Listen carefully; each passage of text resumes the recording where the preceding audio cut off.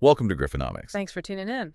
We are really thrilled to have you joining us for this deep dives today. Yeah, absolutely. Our core mission today is to investigate a company called MediWound.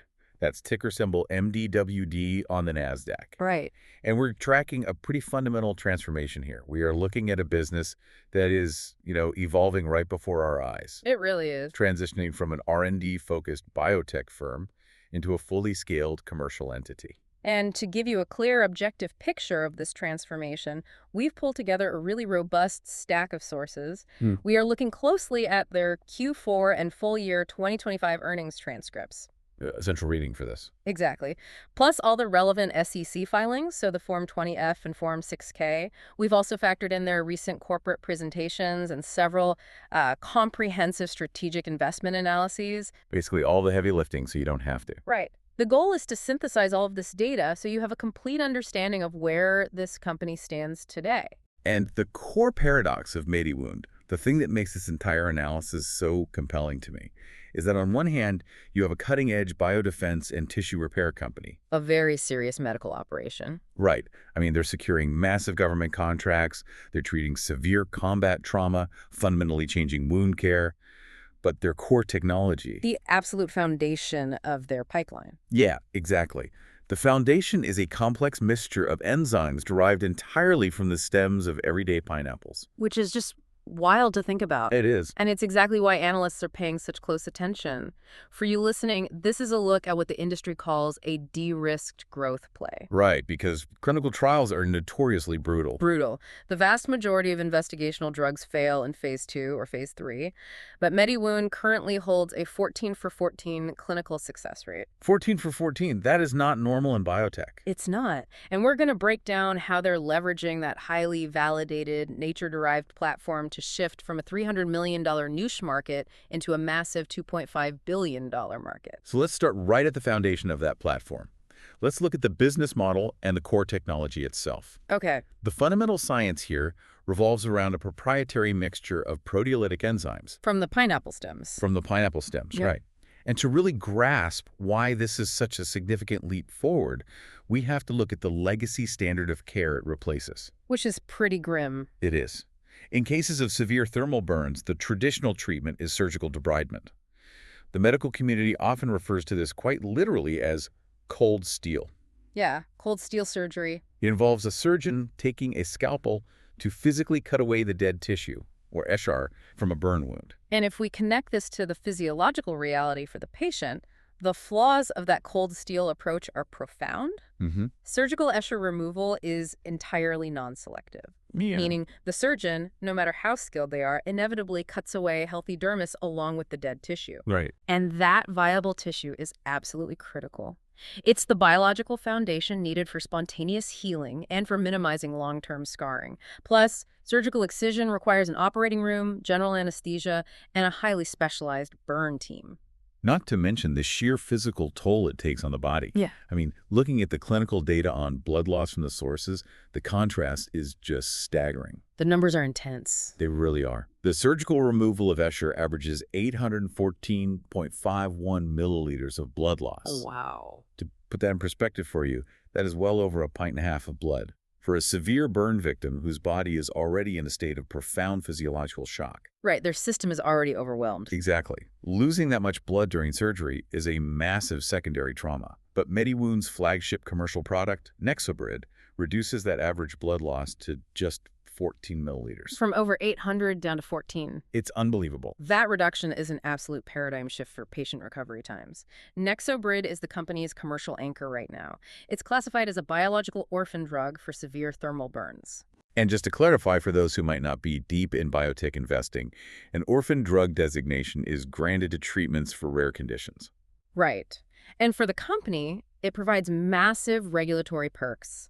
Tax incentives, extended market exclusivity, it makes it a highly protected asset. A moat around the product. Exactly. It utilizes an 8.8% concentration of these pineapple-derived enzymes, and it's currently approved in over 45 countries. That includes major markets like the US, the EU, Japan, and Australia. And the logistical advantage is where the business model really opens up. because Nexobrid doesn't require an operating room. That's the game changer. It removes the Escher right at the patient's bedside in just 4 hours. You are essentially bypassing the most expensive and limited bottleneck in an entire hospital. And the care team gets a rapid, accurate visual assessment of the wound bed on the very first day of treatment. Which brings us to a crucial element of their broader strategy. That specific bedside utility has forged what is effectively a national interest alliance. Yes. The government backing here is massive.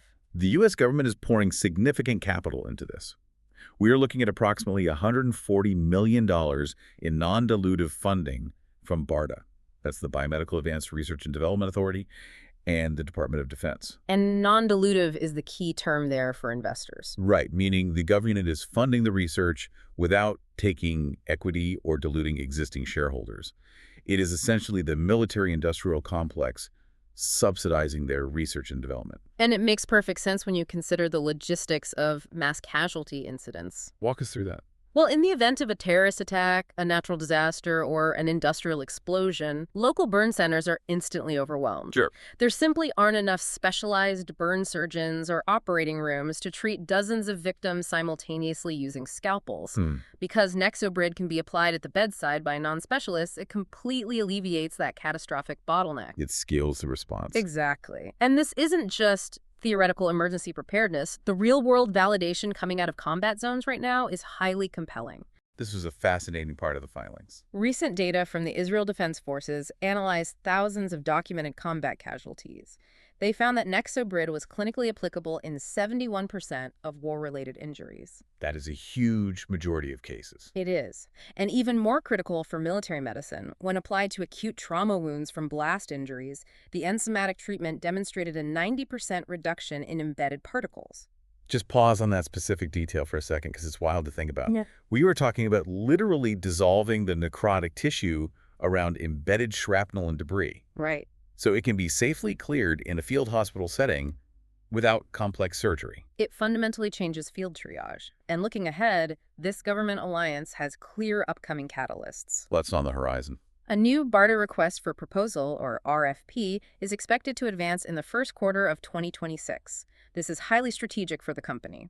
The focus will be on stockpiling Nexobrid inventory, formally expanding the drug's label to cover those blast injuries we just discussed, and developing a new room temperature stable formulation. Why is room temperature stability such a big deal? That last point is vital because it allows the drug to be carried in active military field packs without requiring refrigeration. It makes it a true frontline asset. Okay, wait, so if they have this incredible clinical validation, all this government backing, and global approvals across 45 countries, they must be selling everything they make. They are. In fact, that brings up a major operational hurdle they ran into recently. It's a classic problem of demand vastly outstripping supply. A good problem to have, but still a problem. Exactly. Late in 2025, European inventory for Nexobrid actually hit zero. Wow. They literally ran out of product. Supply bottlenecks are one of the most critical vulnerabilities for any commercial stage biotech. The European zero-out was exacerbated by a tragic surge in casualty treatments, including a mass casualty event in Switzerland around New Year's. Oh.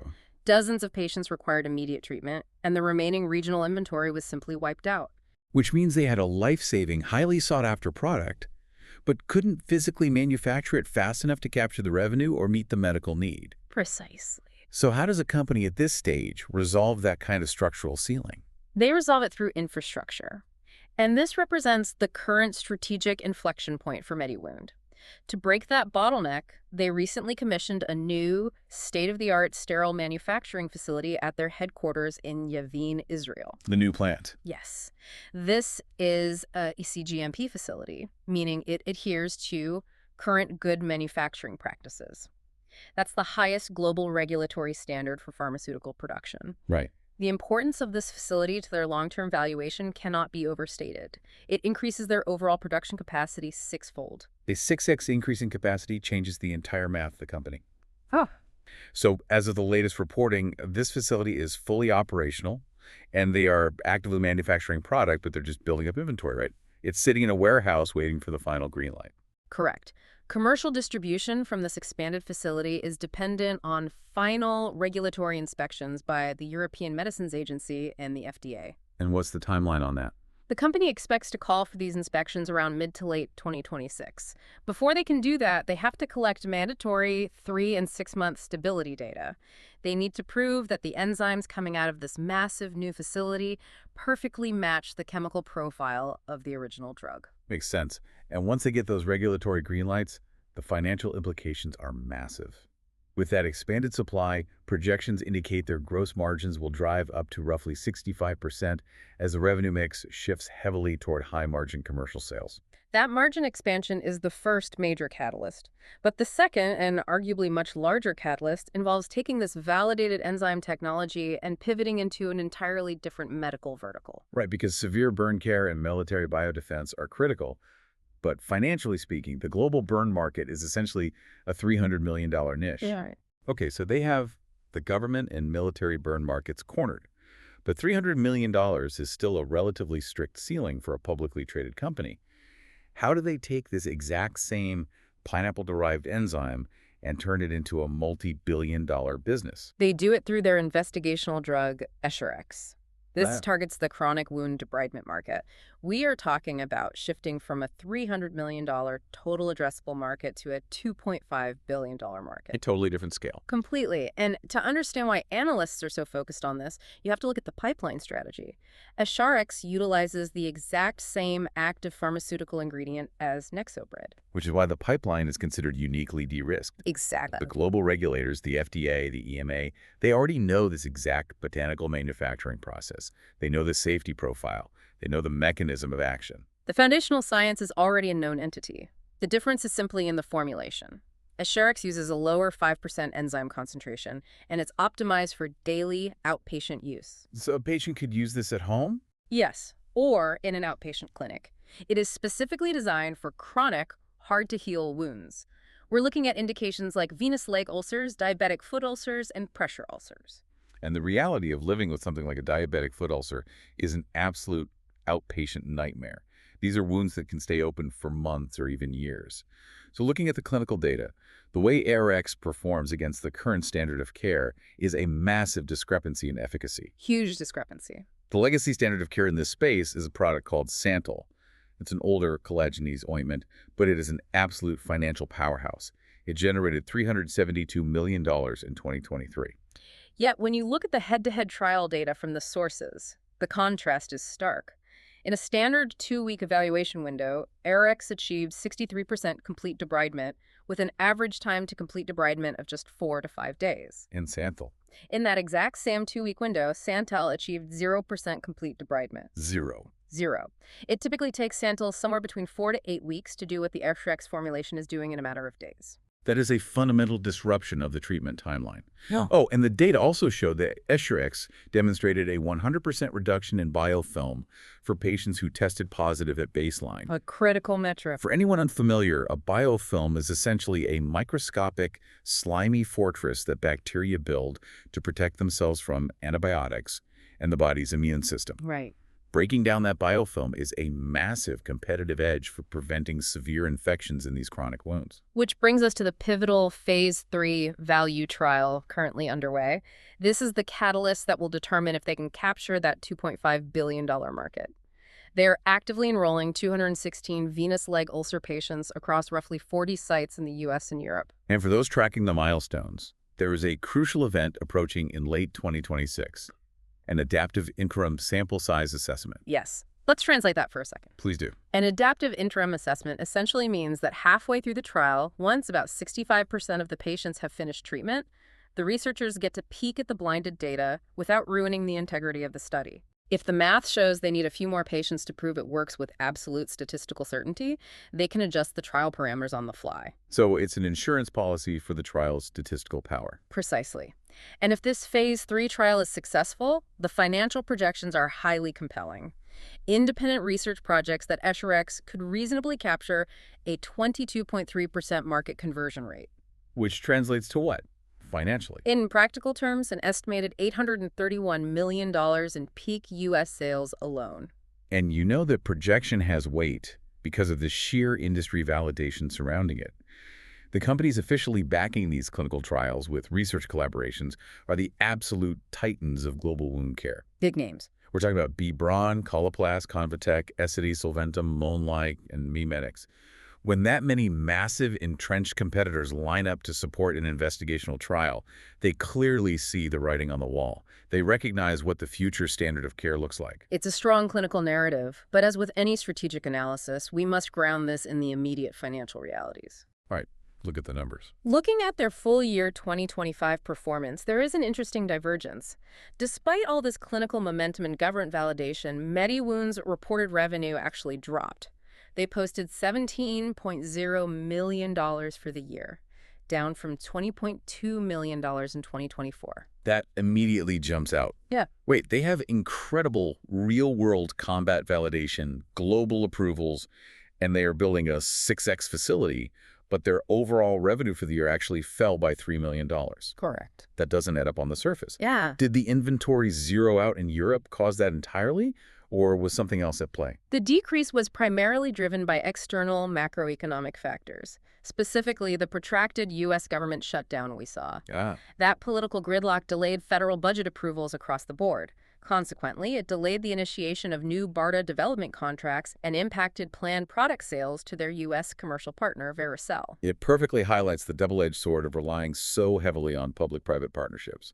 When the government freezes, your top-line revenue freezes. But despite that top-line hit, the underlying financial safety net appears incredibly resilient. The filings refer to it as a fortress balance sheet, and the numbers back that up. They ended 2025 with $53.6 million in cash and zero debt. Exactly. They successfully executed a $30 million registered direct offering in the third quarter to bolster that runway. And interestingly, despite the drop in total revenue, their gross margins for the year actually improved, jumping from 13.0% to 19.2%. That margin improvement was due to a more favorable mix of commercial revenue versus development revenue. However, while the balance sheet is well capitalized, our analysis wouldn't be complete without a sober look at the strategic risk profile. Right, and we want to be very clear here for you listening. We're just impartially reporting what is stated in their mandatory SEC disclosures. Exactly. We aren't taking any sides or making political statements. We are just looking at the risks outlined in the Form 20F. So looking at those filings, the first major vulnerability is geopolitical concentration. Yes. MediWound's sole manufacturing facility, including that massive new 6X expansion, is located in Yavne, Israel. The corporate filings explicitly list the ongoing regional conflicts involving Iran, Hamas, and Hezbollah. Right. The reality of operating in that region means that the potential for missile attacks or broader war represents a distinct risk that could severely disrupt or shut down all production for an extended period. And the second vulnerability compounds that geographic risk. It is a distinct supply chain bottleneck regarding their raw materials. The raw bromelain. Exactly. Yeah. MediWound relies on a single sole supplier for their raw active intermediate, that highly specific bromelain SP extracted from the pineapple stems. And where is that supplier? That supplier is Challenge Bioproducts Corporation, which is located in Taiwan. The filings carefully note that broader geopolitical tensions between Taiwan and China pose a distinct vulnerability to their ability to source the foundational ingredient for their entire pipeline. Again, purely an impartial look at the supply chain logistics, but it's a real risk factor. Finally, there is the inherent clinical risk regarding the Asherix pipeline. We discussed the adaptive interim assessment scheduled for late 2026. Right.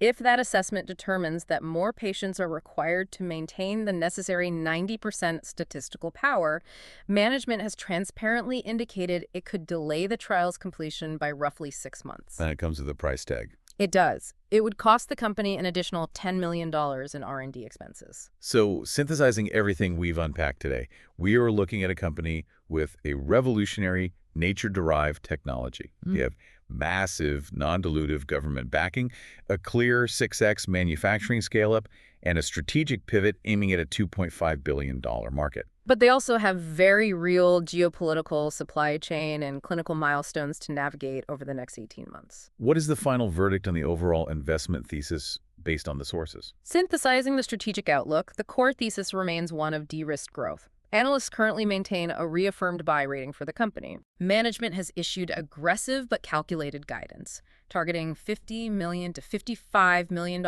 in revenue by 2028. A huge jump from 17 million. Exactly. And the consensus is that this revenue path is largely de-risked by their remarkable 14 for 14 clinical success rate, the shared active pharmaceutical ingredient across their pipeline, and the massive government subsidies that continuously protect their balance sheet while they scale. It is really a masterclass in how a biotech firm can leverage a single, highly effective mechanism of action across multiple massive markets. It really is. As we wrap up this deep dive, I want to leave you with a final thought to mull over, one that pulls all these threads together. All right. We've talked about multi-billion-dollar markets, massive government alliances, and the future of military biodefense. But look closely at the geography of this operation. It is entirely globalized. Exactly. It makes you wonder, if a highly critical national defense asset, one that the U.S. military relies on for mass casualty preparedness, is ultimately dependent on a single botanical supplier in Taiwan to harvest the pineapples, and a single manufacturing plant in Israel to extract the enzymes. It's a fragile chain. How many other vital pieces of global medical security are currently resting on a razor's edge geopolitical supply chain? It is a brilliant medical innovation, but the logistical tightrope it walks is a profound reflection of our interconnected world. Risk defined, portfolio protected.